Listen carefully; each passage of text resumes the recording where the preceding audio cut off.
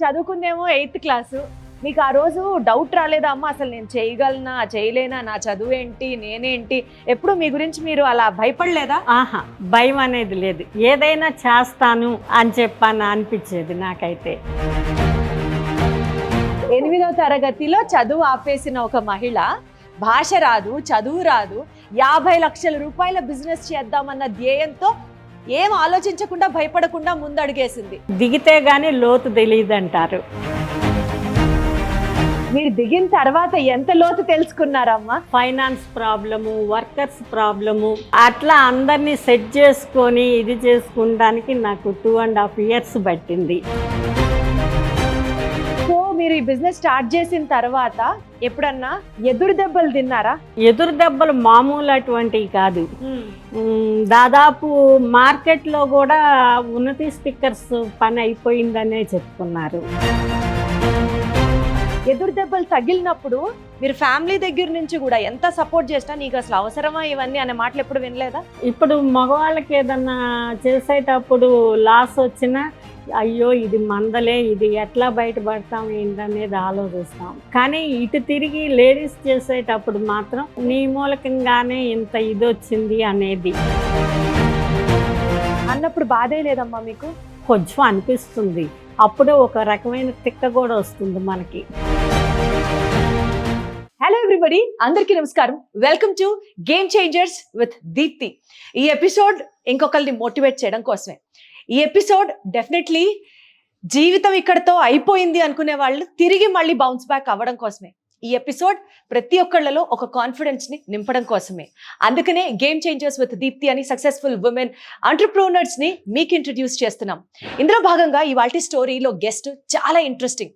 8th క్లాస్లో చదువు ఆపేసి పెళ్లి చేసుకొని కేవలం ఏదో ఇంటి పనులు చేసుకుంటూ, ఇంకా సీన్ కట్ చేస్తే వ్యవసాయం, తనకున్న పొలంలో వ్యవసాయం చేసుకుంటూ జీవితం చాలా నార్మల్గా ఇల్లు, వ్యవసాయం, పిల్లలు చూసుకుంటున్న ఒక మహిళ ఇవాళ రోజున stickers, adhesive stickers manufacturing unit start చేసి she's just ruling the world. Ruling the world అని ఇప్పుడు నేను చాలా సొఫిస్టికేటెడ్గా మాట్లాడుతున్నాను, కానీ తన స్టోరీ విన్న తర్వాత అమ్మ బాబోయ్ అసలు కనీసం కల్లో కూడా ఇలాంటివి జరుగుతాయా అని అనుకునే స్థితిలో ఎస్ జరుగుతాయి, సక్సెస్ఫుల్ గా ప్రతి మనిషి కూడా చేయగలరు అని నిరూపించారు ఆ పెద్దావిడ. She none other than Padmavathi గారు. పద్మావతి గారిని కలిసేసి బోలెడ్ విషయాలు మాట్లాడుకుందాం పదండి.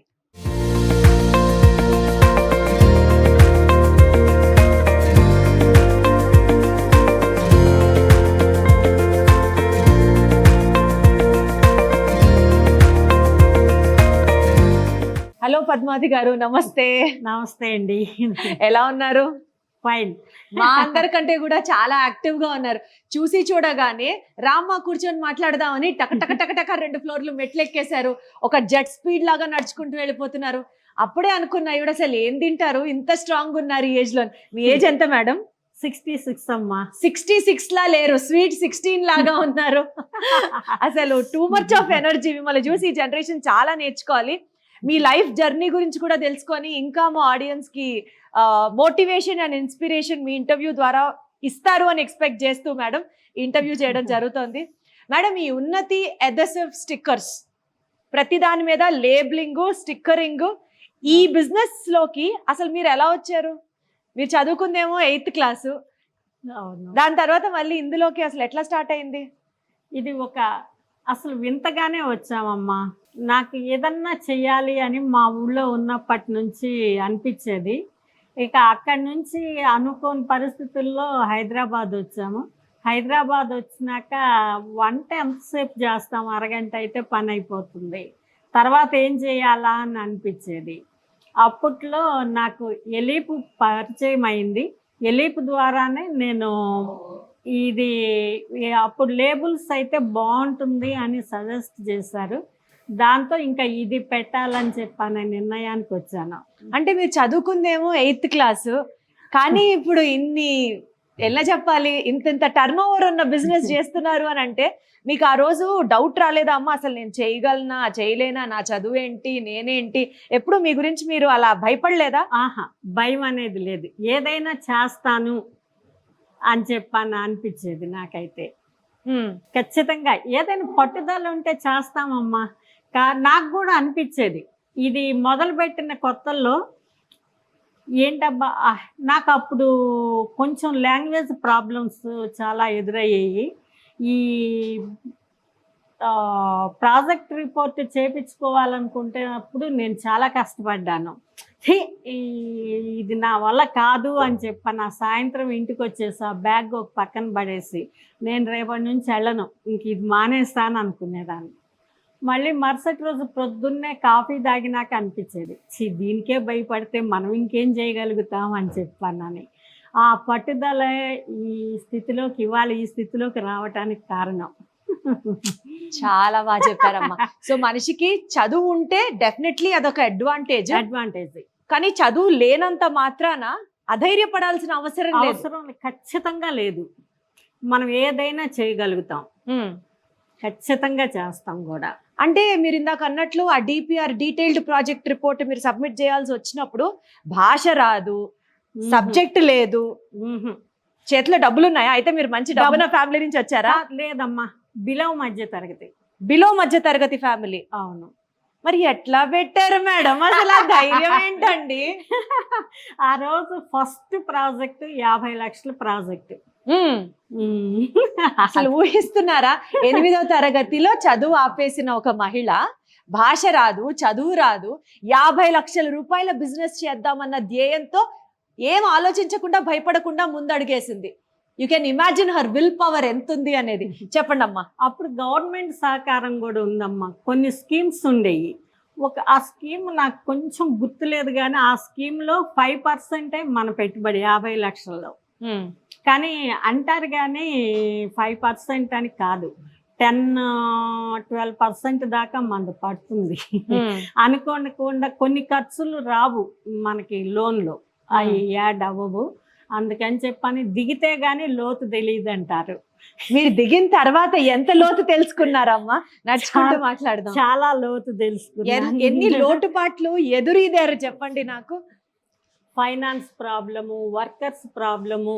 అప్పుడు మాకు ఈ స్థలం కేటాయించినప్పుడు ఇది కొంచెం ఊరు బయట అనిపించేది, సిటీకి కొంచెం అవుట్స్కట్స్లో అన్నట్టుగా అనిపించేది. అప్పుడు వర్కర్స్ రావటానికి కూడా కొంచెం సంశయిస్తూ ఉండేవాళ్ళు అనమాట.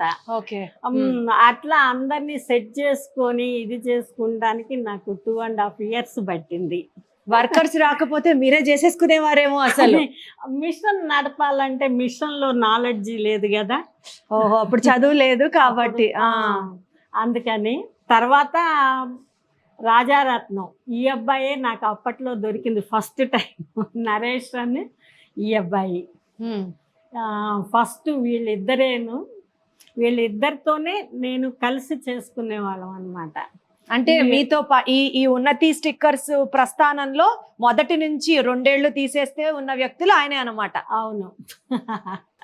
మధ్యలో వెళ్ళిపోయాడు బయటికి, మళ్ళీ వచ్చాడు. ఓకే. అప్పటికి ఇప్పటికీ తనే ఉన్నాడు. సూపర్, అసలు సూపర్. కట్ చేయటానికి అది కూడా మేము కలిసే కట్ చేసుకునే వాళ్ళం. ఇది ఇప్పుడు మీరు నేర్చేసుకున్నారా ఈ మిషనరీ అంతా? కొంచెం పర్వాలేదు. Okay okay.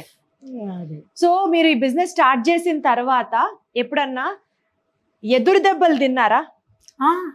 నాకు ఎదురు దెబ్బలు మామూలు అటువంటివి కాదు. దాదాపు మార్కెట్లో కూడా ఉన్నతి స్టిక్కర్స్ పని అయిపోయిందనే చెప్పుకున్నారు. నాకు దగ్గర 3.5 లక్షల రూపాయల మెటీరియల్ తీసుకొని ఇవ్వలేదు. అది కోర్టులో వేసి చేసి చాలా హంగామా. ఎప్పుడు నా జీవితంలో కోర్టుకి వెళ్తాను అనేది నాకు అసలు తెలీదు. ఎలా ఉంటుంది ఏంటి సినిమాల్లో చూసి ఓహో ఇదా అని అనుకోవటమే, కానీ యూనిట్ పుణ్యమా అంటే కోర్టు చూస్తాను. అక్కడికి వెళ్ళి ఎంతసేపు కూర్చోవాలి ఏంటి, చాలా ఎదురు దెబ్బలు ఉంటాయమ్మా. ఒకటి కాదు, అన్ని ఛాలెంజెస్ని. ఇంకా వేరే ఛాలెంజ్ ఏంటి మేడం? ఈ కోర్టు ఛాలెంజ్ ఒకటి. 3 లక్షలు ఎవరో మెటీరియల్ తీసుకొని మీకు ఇవ్వలేదు. ఆ రోజున మరి 3.5 లక్షలు అంటే మామూలు మాటలు కాదు. వర్కింగ్ క్యాపిటల్లో నుంచి 3.5 లక్షలు వెళ్ళిపోయిందంటే మనకి 7.5 లక్షలు అసలు వర్కింగ్ క్యాపిటల్ ఉండేది. దానికి 3.5 లక్షలు పోతే ఏముంది ఇంకా. ఇంకా అట్లా అట్లా అసలు ఆ టైంలో చాలా ప్రాబ్లమ్స్ ఫేస్ చేశా. మా రా మెటీరియల్స్ వాళ్ళు కూడా పాపం బాగా సహకరించారు. కొంచెం క్రెడిట్ ఇవ్వటం చేయటం, కాదండి ఇంకొక 10 రోజులు ఆగండి ఇస్తామంటాము. మనం సప్లై చేసిన మా సప్లయర్స్ బతిలాడుకొని కొంచెం బిల్స్ తొందరగా పాస్ చేయండి అని చెప్పుకోవటం చేయటం, అట్లా అట్లా కొంచెం చాలా ఇదిగా పైకి వచ్చా. అమ్మ 45 సంవత్సరాల్లో మీరు బిజినెస్ స్టార్ట్ చేస్తే 45వ సంవత్సరంలో బిగిన్ చేశారు అంటే ఆల్మోస్ట్ ఇంకొక 15 సంవత్సరాలు అయితే రిటైర్మెంట్ అయ్యే వయసు అది. ఆ టైంలో ఒక కొత్త బాధ్యతని తీసుకొని ఒక బేబీ ఇన్స్టిట్యూట్ ని ఇంత దాకా నడపడం అన్నది సామాన్యమైన విషయం కాదు. కొంచెం మా హస్బెండ్ సహకారం ఉంది, తర్వాత మా అబ్బాయి మా కోడలు కూడా హెల్ప్ చేశారు. చేసినప్పటికీ కూడా హాయిగా రెస్ట్ తీసుకొని రిలాక్స్ అయ్యే ఏజ్ లో ఒక కొత్త బాధ్యతని మీదేసుకున్నట్లే కదా. మనకి ఒక పని చేయటం అలవాటైనాకమ్మా ఇంట్లో కూర్చోవాలన్నా కూడా కూర్చోలేము, రెస్ట్ తీసుకోవాలన్నా కూడా ఏదో ఒక రోజు 2 గంటలు అయితే బాగానే ఉంటుంది, కానీ తర్వాత అసలు ఏమీ తొయ్యదు. మళ్ళీ మామూలు యథాప్రకారంగా మన పని మన రొటీన్లో. అంటే మనం ఎంత పని చేసినా అమ్మ సక్సెస్ఫుల్ గా ముందుకెళ్తూ ఉంటే అందరూ మెచ్చుకుంటారు. ఎదురు దెబ్బలు తగిలినప్పుడు మీరు ఫ్యామిలీ దగ్గర నుంచి కూడా ఎంత సపోర్ట్ చేసినా నీకు అసలు అవసరమా ఇవన్నీ అనే మాటలు ఎప్పుడు వినలేదా?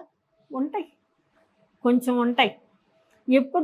ఇప్పుడు మగవాళ్ళకి ఏదన్నా చేసేటప్పుడు లాస్ వచ్చినా అయ్యో ఇది మందలే, ఇది ఎట్లా బయటపడతాం ఏంటనేది ఆలోచిస్తాం. కానీ ఇటు తిరిగి లేడీస్ చేసేటప్పుడు మాత్రం అంత పర్ఫెక్ట్ సపోర్ట్ ఉండదు. అదే కదా, కొంచెం ఉంటుంది.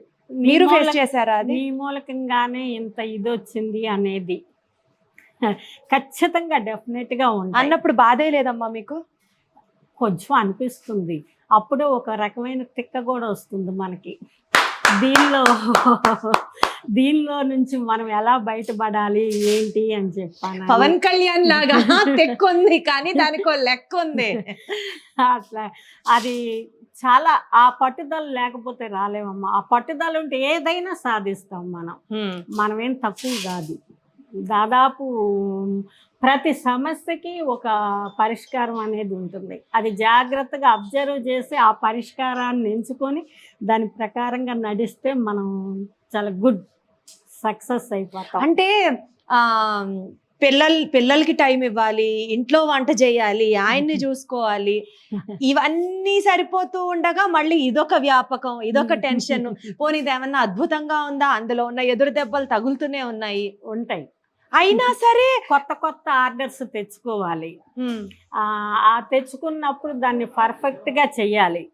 ఏముందమ్మా ఇప్పుడు మాది ఈ లేబుల్స్ ఉన్నాయి, దీనిలో ఈ చూడండి అక్షరాలు ఎంత చిన్నగా ఉంటాయో. ఇంజెక్షన్ యాంపిల్స్ లేబుల్స్ ఒకటి తీయండి పైకి. ఒకటి తీయండి, ఏం కాదు. ఇది ఇప్పుడు దీనిలో ఏం తప్పు ఉందో మీరేం చూడగలుగుతారు? అసలు కంటికి అర్థం కావట్లేదు. ఇంక ఇలా దగ్గర పెట్టుకొని దగ్గర పెట్టుకున్నా మీకు కనిపించట్లేదు. భూతార్థం పెట్టుకొని ఈ లేబుల్ని మాకు శాంపిల్ ఇస్తారు వాళ్ళు, కరెక్ట్గా ఉన్నది. దాన్ని చూసి ఒక్కొక్క లైన్ తీసుకొని ప్రూఫ్ రీడింగ్ చేయాలి. ఆ భూతార్థంలో చూసి ఒక ఫుల్ స్టాప్ మిస్ అయినా, ఒక కామా మిస్ అయినా రిజెక్ట్, బ్యాచ్ రిజెక్ట్. అసలు మొత్తం ఇంకా 1-2 లేబుల్స్ వస్తే మిగిలినవి కూడా అసలు లేదన్నా కూడా ఎవరు పట్టించుకోరు. ఇది చాలా డేంజర్ అమ్మా ఈ మెడిసిన్స్కి సంబంధించినవి, అందుకని ఈ వాడమని చెప్పని మొత్తం తీసి చెత్తబుట్టలో పడేస్తారు. అలా ఎన్ని లక్షలది పోయిందమ్మా? ఒక్కొక్కసారి అవుతుంది. అక్కడి నుంచి ఒళ్ళు దగ్గర పెట్టుకొని ఈ ఖచ్చితంగా ఆ టైం. ఇప్పుడు కొంచెం వేరే అమ్మాయి చూస్తుంది, ఆ టైంలో నేనే చూసేదాన్ని. మొత్తం నేను చెక్ చేసి నేను ఓకే అన్నాకే అవి డిస్పాచ్. 8th క్లాస్కి అయితే ఇంగ్లీష్ కూడా నాకు ఫ్లూయెంట్గా రాదు మొత్తం మాట్లాడటం. కాకపోతే ABCDలు 4 words వచ్చు.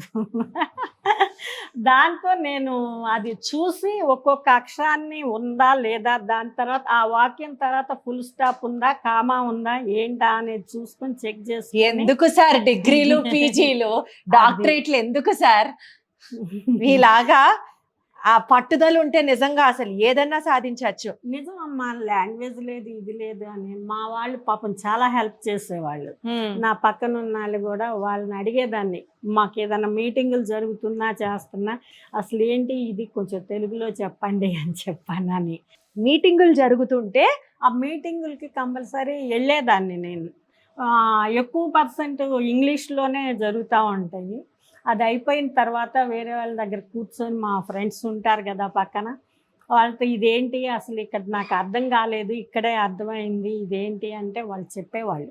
అమ్మ కాదు, మీకు ఇంట్రెస్ట్ ఉంది నాకు అర్థమవుతుంది, వెళ్ళి చక్కగా మీరే ఒక అడుగేసి నేర్చుకునేవారు, అది మీ తత్వం. కానీ సహజంగా అడుగుతున్నానమ్మా, ఇంగ్లీష్ మాట్లాడడం రాకపోతే ఏదో ఒక చిన్నతనంగా ఉన్నట్టు, చిన్న చూపు చూస్తారు ఇతరులు అన్న ఫీలింగ్, వాళ్ళు చూస్తారో చూడరో తెలియదు కానీ మనకే ఇబ్బందిగా ఉంటుంది. మీకు అలా ఎప్పుడు అనిపించలేదా? ఎప్పుడన్నా కానీ నేను ఆ ఫీలింగ్స్ వచ్చిన ఆ క్షణంలోనే దాన్ని పక్కకి నెట్టేస్తాను. అలా నెట్టేయకపోతే మనం నేర్చుకోలేము, చేయలేము, వేదితాలతో మాట్లాడలేము. అలా జరగకపోతే మనకి ఎక్కడ ముందడిగేస్తాం.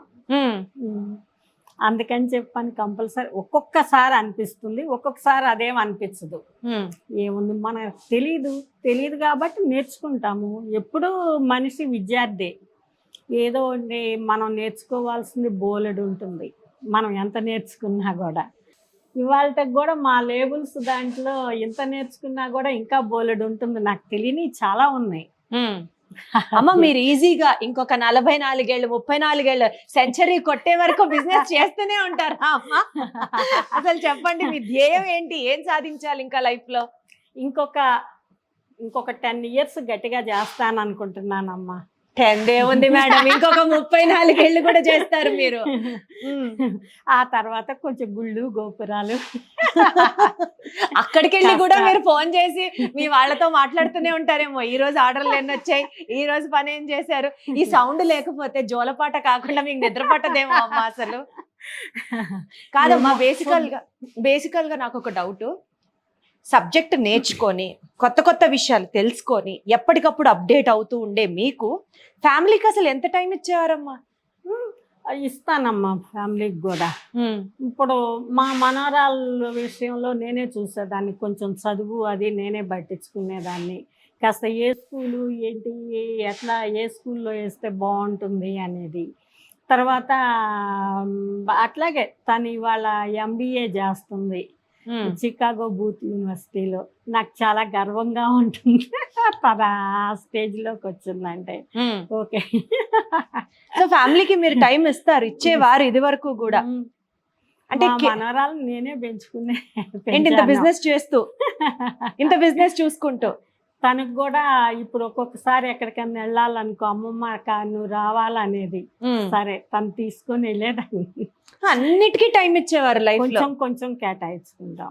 కాకపోతే ఈ పనిని ఏదన్నా వాయిదా వేయచ్చు అనుకుంటే ఇది సరే మధ్యాహ్నం తర్వాత చేసుకుందాం, ఆ పని చేసుకొద్దాం. దేనికైనా కొంచెం మనలోనే ఉంటుందమ్మా టైం కేటాయించుకోవటాలు అవి అనేది. సో టైం మేనేజ్మెంట్ అన్నది ఇండివిజువల్ గా కూడా మనం ఆర్గనైజ్ చేసుకొని ఏ టైంకి ఏం చేయాలి అన్నది we have to take a call. Just that నేను బిజినెస్ చేస్తున్నా లేదా నేను ఫ్యామిలీ చూసుకుంటున్నా నాకు టైం లేదు అని అంటే టైం దేనికి ఉండదు. అమ్మ, ఒక మహిళగా మహిళలు ఎదుర్కొంటున్నటువంటి ఇబ్బందులు బిజినెస్ లో మీరు ఏ రోజన్నా ఎదుర్కొన్నారా? కొన్నిసార్లు ఉంటాయమ్మా అవన్నీ. కాకపోతే నేను దీనిలోకి వచ్చేటప్పటికే ఒక మిడిల్ ఏజ్లో వచ్చాను కాబట్టి నాకు అంత పెద్ద ఇదేమీ ఎదురు కాలేదు. కానీ ఓకే, పర్వాలేదు. వెళ్ళిన చోట కూడా, మార్కెటింగ్కి వెళ్ళిన చోట కూడా చాలా గౌరవంగా చూసేవాళ్ళు. అంటే మార్కెటింగ్ ఎట్లా మీరే వెళ్ళేవాళ్ళ? నేనే వెళ్ళేదాన్ని. ఒక కంపెనీ ప్రొపరేటర్ మార్కెటింగ్ చేయడానికి వెళ్తుందని అనుకోరు ఎప్పుడు? ఎందుకు అలా ఏం అనుకోను, ఇది నా కంపెనీ, నేను ఎలా డెవలప్ చేయాలా అనేది చూసుకోవాలి. అలా తప్పు అనుకుంటే ఎవరికి, ఇప్పుడు పెద్ద పెద్ద రిలయన్స్ వాళ్ళు కూడా వెళ్తారు మార్కెట్. దానిలో తప్పు అని తప్పు అనుకుంటే అసలు ముందడుగు పడదమ్మా. అది కరెక్ట్. ఏ పని కష్టపడి చేసే దాన్ని ఏ పని తప్పు కాదు. అది సత్యం. కష్టపడి పని చేస్తే అది తప్పు కాదు, కష్టపడడం నేర్చుకుంటే అసలే తప్పు కాదు. సక్సెస్ అవుతారు. ఫుల్ సక్సెస్ అవుతాం. సూపర్ అమ్మా. ఇవాళ కూడా ఇంత మా చాలా టఫ్ కాంపిటీషన్ మాది మార్కెటింగ్, అయినా కూడా ఇంత కాంపిటీషన్ లో నేను నిలబడగలిగానంటే నేను ఇచ్చే క్వాలిటీ సర్వీసులకి నేను అది 100%. కానీ మేడం ఈ రోజుల్లో 35-40 ఏళ్ల నుంచే మోకాళ్ళ నొప్పులు భుజాలు లాగేస్తున్నాయి ఉన్నప్పుడు 45 ఏళ్లలో మీరు మొదలు పెట్టింది ఎప్పుడు? మీరు మార్కెటింగ్ ఎలా చేసేవారు మేడం? మార్కెటింగ్ 45 ఏళ్ళప్పుడు రాలేదు, కానీ 50-55 మధ్యలో వచ్చేసినాయి కాళ్ళ నొప్పులు. కొంచెం అప్పుడు అనిపించేయి. ఏం కాదు, సాయంత్రం వెళ్ళేసేసి ఏదో చిన్న చిన్న చిట్కా వైద్యాలు అంటే అయిపోయేది. మీకు అసలు బేసికల్ గా ఏవి పెద్ద పట్టలేదు, వ్యాపారం వ్యాపారం వ్యాపారం. చిన్న నొప్పులు పట్టలేదు, ఎవరేమన్నా మాటలు పట్టలేదు, అంతే కదా? అవును, దాని మీద మంచి ఇంట్రెస్ట్ ఉండేది. సో బేసికల్ గా ఇంట్రెస్ట్ ఉండాలి మనిషి సక్సీడ్ అవ్వాలంటే. మనం చేసే పని మీద ఏదైనా అంతే కదమ్మా. ఒక పని ఇప్పుడు వంట అయినా మనం చేస్తున్నామంటే దాని మీద ఇంట్రెస్ట్ ఉంటేనే అది కొంచెం రుచిగా ఇదిగా. అసాధ్యం అనుకోని మీ జీవితంలో మీరు చేతులు ఎత్తేసిన సందర్భాలు అసలు ఏమైనా ఉన్నాయమ్మా? అసలు మొట్టమొదటే అది జరిగింది కదా, బిగినింగ్ స్టేజ్లోనే. ఇది నా వల్ల కాదు అని పక్కన పడేసేదాన్ని. మళ్ళీ మరుసటి రోజుకి ఇది చేయలేకపోతే మనం ఇంకేం చేస్తాము, ఎన్నెంతో ఉంటాయి పెద్ద పెద్ద పనులు, ఈ చిన్న పని చేసుకోలేకపోతే అని అనిపించేది. అలాగే ప్రతి పనిని ఒక ఛాలెంజ్గా తీసుకొని దాన్ని, కాకపోతే కొంచెం మనసు ప్రశాంతంగా ఉంచుకొని మనం దీన్ని ఎట్లా చేస్తే బాగుంటుందా అని చెప్పి ఆలోచించి చేసుకుంటే. ఆలోచన ఉన్న అమ్మ, వనరులు అన్నీ కూడా కలిసి రావాలి కదా. ఇప్పుడు మీరు ఎవరెవరో మీకు హెల్ప్ చేశారని చెప్పారు, బ్యాంకులో పలానా వాళ్ళు హెల్ప్ చేశారు, డిపిఆర్ చేసేటప్పుడు పలానా వాళ్ళు హెల్ప్ చేశారు, అట్లా కలిసి వచ్చాయి కాబట్టి ఈరోజు మీరు ఈ స్థితిలో ఉన్నారు. బట్ సహజంగా ఏం తెలియని వాళ్ళకి ఒక అడుగు వేయాలంటే, అయ్యో నాకు తెలిసిన వాళ్ళు ఎవరు లేరు, భాష రాదు, సబ్జెక్ట్ రాదు అనుకుంటారు కదా. ఇప్పుడు అట్లాంటప్పుడు ఇవాళ చాలా ఆర్గనైజేషన్స్ ఉన్నాయి. అలాంటి వాటిల్లో కొంచెం ట్రైనింగ్లు ఇస్తున్నారు, కొంచెం సపోర్ట్ చేస్తారు. మనకి బ్యాంకర్కి కూడా కొంచెం మా మెంబర్ వస్తుంది చూడండి, ఇట్లా పలానా ప్రాజెక్ట్ బాగుంది అని చెప్తారు. ఇవాళ బోలెడన్ని అవకాశాలు ఉన్నాయి. మా అప్పుడు అన్ని అవకాశాలు లేవు. ఒక వెళ్ళిపోయి ఇలాంటివి తప్పితే ఏమీ లేవు పెద్ద. ఆ రోజుల్లోనే మీరు నిలబడ్డారంటే ఈ రోజు బోలెడన్ని వనరులు ఉన్నాయి. పిల్లలు ఎవరు చదువుకోకుండా రావట్లేదు. ఇవాళ స్టార్టప్స్, గవర్నమెంట్ కూడా మంచి ఫండింగ్ ఇస్తుంది. ఇట్లా మాకు అప్పుడు ఏమున్నాయమ్మా, ఇస్తే బ్యాంకులు, లేకపోతే బయట నుంచి అప్పు తెచ్చుకోవాలి. బయట నుంచి అప్పు తెచ్చుకున్నా అది ఇస్తానన్న టైంకి ఇవ్వాలి, కరెక్ట్గా ఉండాలి. అట్లా లేకపోతే మళ్ళీ రెండోసారి ఎవరు ఇస్తారు మనకి? అదే కదా. అన్ని ఆ మాట నిలబెట్టుకోవటం ఉంటే మాత్రం మనం ఫుల్ సక్సెస్ అవుతాం. సో అమ్మ, ఈ ప్రోగ్రాము మెయిన్ గా మహిళల్ని మోటివేట్ చేయడానికి. సో మహిళలకి మీరిచ్చే ఒక సలహా అనుకోవచ్చు, లేకపోతే మీ నుంచి వచ్చే పద్మావతి గారి చిట్కా అనుకోవచ్చు, లైఫ్ అంతా ఫాలో అవ్వడానికి ఏం చెప్తారమ్మా? ఎందుకంటే కష్టాలు కన్నీళ్లు ప్రతి ఒక్కళ్ళ జీవితంలో ఒక భాగమే. ప్రతి మహిళకి ఉంటుందమ్మా. ఆడవాళ్ళకి ఇబ్బంది లేదు, నేను చాలా హ్యాపీగా ఉన్నాను అని అనుకునే వాళ్ళు ఎంతమంది ఉన్నారు ఈ రోజుల్లో? ఉంటాయి. అవన్నీ పక్కన పెడతా, అదొక్కటే ఆ ఇబ్బందిని గురించి ఆలోచిస్తూ ఉంటే మనం ఇంకేం చేయగలుగుతాం? ఏమీ చేయలేము. కాబట్టి ముందు మనం చెయ్యాలనుకున్న పని మీద ఇంట్రెస్ట్ ఉండాలి. చాలా ఇష్టంగా ఆ పని మొదలుపెట్టి చేస్తే ఫుల్ సక్సెస్ అవుతామమ్మా. దానిలో వచ్చే ఇబ్బందులు కానీ ఏదైనా సరే కంపల్సరీ గట్టెక్కుతాం. అది భయం ఉండకూడదు, ఇంట్రెస్ట్ ఉండాలి, అండ్ ఫోకస్డ్ గా పని చేయాలి. అవును అమ్మ, ఈ ఏజ్ లో కూడా మీరు ఎన్ని గంటలు పని చేస్తారు? ఊరికి అసలు తెలుసుకుందాం అన్నాడు. ఆ 2 గంటలు పని చేస్తేనే ఉత్సవ అనుకుంటూ ఉంటాం మా జనరేషన్ లో. అమ్మ, మీరు ఎన్ని గంటలు పని చేస్తారు? ఎందుకమ్మా, మీరు కూడా చేయాలనుకుంటే అశ్రయం అనుకోరు. ఆ పని మీద ఇంట్రెస్ట్ ఉంది, ఖచ్చితంగా చేస్తాము అంతే. అదే చిట్కాని మనం అమలు చేస్తే ఏముండదు, పెద్ద కష్టం కూడా అనిపించదు. ఇన్ఫాక్ట్ అనిపించదు. సో మీరైతే ఎన్ని గంటలు వర్క్ చేస్తారు రోజుకి? ప్రొద్దుట ఇన్ని గంటలు అనేం లేదు. ఒక్కొక్కసారి ఇంటికి వెళ్ళేటప్పటికి 8 అవుతుంది, 8:30 అవుతుంది. పొద్దున ఎన్నింటికి వస్తారమ్మా? 9-9:30. పొద్దున్న 9 నుంచి రాత్రి 8:30-9 వరకు పని చేస్తూనే ఉంటారు, ఈ ఐరన్ లేడీ ఆఫ్ ఇండియా అని చెప్పాలి. మేడం, మీ చదువుని పక్కన పెడితే మీరు బేసికల్ గా కొంత వ్యవసాయం చేసేవారు అన్నారు, తర్వాత ఇదివరకు ఏదో ఐస్ ఫ్యాక్టరీ ఉండేది అన్నారు. అవన్నీ వదిలేసేసి ఒక బిజినెస్ పెట్టాలి అని అంటే ఆర్థికంగా డబ్బులు ఉండాలి కదా మేడం. అవును. ఇంత మెషినరీ కొనుక్కోవాలి, బిజినెస్ ఎస్టాబ్లిష్ చేయాలి, అసలు అన్ని డబ్బులు ఎక్కడి నుంచి వచ్చి ఎంత అయింది అసలు? ఇది ఫస్ట్ ప్రాజెక్ట్ 50 లక్షలమ్మ.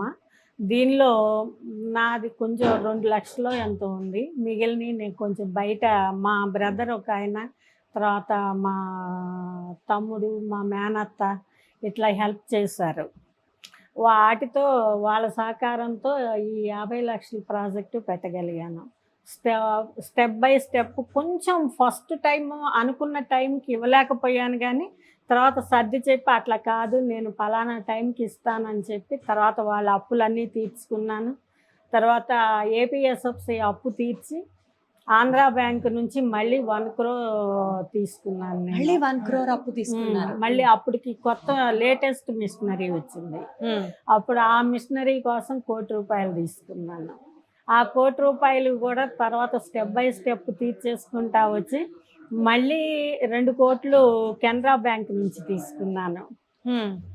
ఆ లోన్ కూడా తీర్చేసాను. 2 కోట్లు కూడా తీర్చి ప్రజెంట్ ఇంకొక ఈ మిషనరీ ఒక 1.5 crore, మళ్ళీ అక్కడ ఉన్నాయి మిషనరీలు అవి ఒక 1 crore, 2.5 crores అవి ప్రాసెస్లో నడుస్తూ ఉన్నాయి.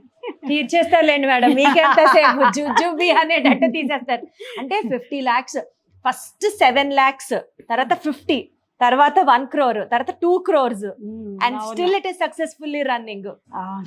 చాలా నేర్చుకోవాలమ్మా మిమ్మల్ని చూసి, చాలా చాలా నేర్చుకోవాలి. ఒక మెషిన్ తో మొదలు పెట్టారా అమ్మ ఫస్ట్? అవును, ఒకే ఒక్క మిషన్. అది ఫుల్ ఆటోమేటిక్ మిషన్. అయితే ఏదైనా ఒక్కసారి రోల్